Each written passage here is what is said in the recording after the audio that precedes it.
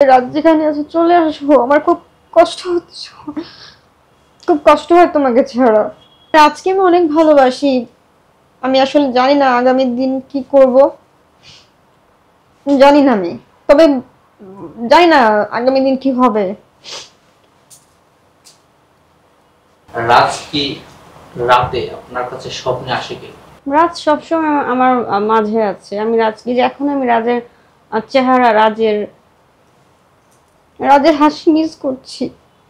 আমি রাজকে প্রতি মুহূর্তে প্রতি সেকেন্ডে মিস করি। যখন অনেক একা থাকি, যে আমি একা মানে একদম একা থাকি, ওই সময় আরো বেশি মিস করি রাজকে আমি। সো অনেক খারাপ লাগে রাজের জন্য, যে রাজ কোথায় তুমি। আমি শুধু এতটুকু বলবো, আল্লাহ তুমি রাজকে যেখানে রাখছো ভালো রাখো, এবং তুমি চলে আসো। এই যে আমি কান্না করছি, অনেক আপুদের না আমার কান্না দেখে হাসি পাবে, আমি জানি। অনেকে বলবে যে ক্যামেরার সামনে এসে ঢং করছে কত, আসলে ঢং না। আমি বলবো যে একটা নারী হয়ে, একটা মেয়ে হয়ে, একটা মেয়ের কান্না দেখে বা একটা খারাপ সময় দেখে কখনো হাসবেন না। তার জন্য যদি দোয়া না করতে পারেন, অন্তত খারাপ কথা বলবেন না। আমি সত্যি রাজকে অনেক ভালোবাসি, আর ভালোবাসি বলেই আমার খুব কষ্ট হচ্ছে, যা আমি বোঝাতে পারবো না। এবং আগামী দিনে কি হবে সেটা আমি জানি না, আপনারা হয়তো বা জানতে পারবেন। কারণ একটা নিউজ হলে, একটা ঘটনা ঘটলে অবশ্যই সবাই জানে, এবং আপনারাও জানবেন।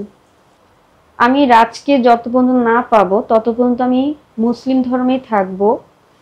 যখন রাজ আমার কাছে আসবে বা আমি রাজের কাছে যাব, রাজ যেটা বলবে সেটাই আমি করব। কারণ আমি রাজের কথার বাইরে কোনো কিছু করি না। আমি যখন যা করি আমি রাজকে জিজ্ঞেস করি। আমি অন্তত চাই আপাতত রাজ আমার কাছে আসবে।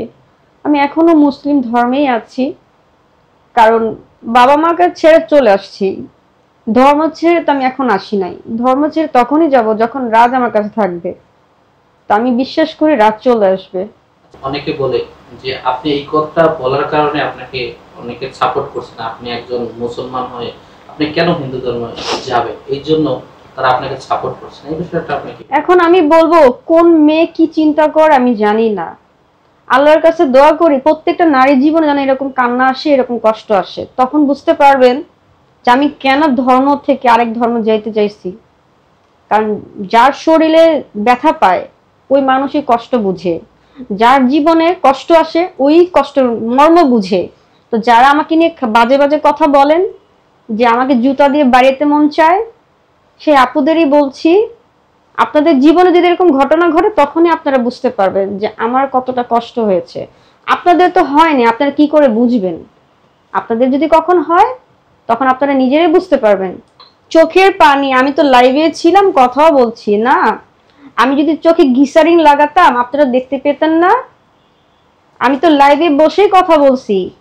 তো আমি যদি লাইভে বসে কথা বলি, আমি তো সরে যাইনি, চোখে গ্লিসারিনও লাগাই নাই। তা আমি যদি গ্লিসারিন লাগাতাম চোখে তাহলে চোখ দিয়ে পানি পড়তো। তো আপনারা তো দেখছেন আমি চোখে কিছু লাগাইছি কি লাগাই নাই। তো আমি যে চোখ দিয়ে পানি, কান্না চলে আসছে, আপনার কি মনে হয় চোখের পানি এমনি এমনি চলে আসে? আপনারা জনগণ আর কত খারাপ, আর কত নিচে নামবেন মানুষকে খারাপ বানানোর জন্য? চোখের পানি এত সস্তা, মানুষ চাইলেই কি কান্না করতে পারে? সম্ভব না। এই যে জনগণ বলছেন আমি নাকি অ্যাক্টিং করছি, মানে কান্নার অ্যাক্টিং করছি। তো পুলিশ যখন একজন পাবলিককে থানায় ধরে নিয়ে যায়, চোরের মতো পেটানো হয়, গরম পানি দেয়া হয় শরীরে, তখন মানুষ কি কান্না করে? আর আমাকে তো এখন চোরের মতো কেউ পিটায় নাই, আমার শরীরে কেউ গরম পানিও দেয় নাই। তো আমি কি এমনি এমনি কান্না করছি? কান্না কখনো অভিনয় করে না, কান্না মানুষের ভেতর থেকেই আসে। আমি তো আপনাদের সামনে লাইভে বসে কথা বলছি। তো আমি যদি আপনাদের সামনে বসেই কথা বলি, আপনারা দেখেননি আমার চোখে কোনো গ্লিসারিন লাগানো হয়েছে কিনা? চোখের জল এত সস্তা না যে চাইলেই কান্না করা যায়। যে মন থেকে ভালোবাসে সেই বোঝে কান্নার মর্মটা কেমন হয়, কতটা কষ্ট হয়।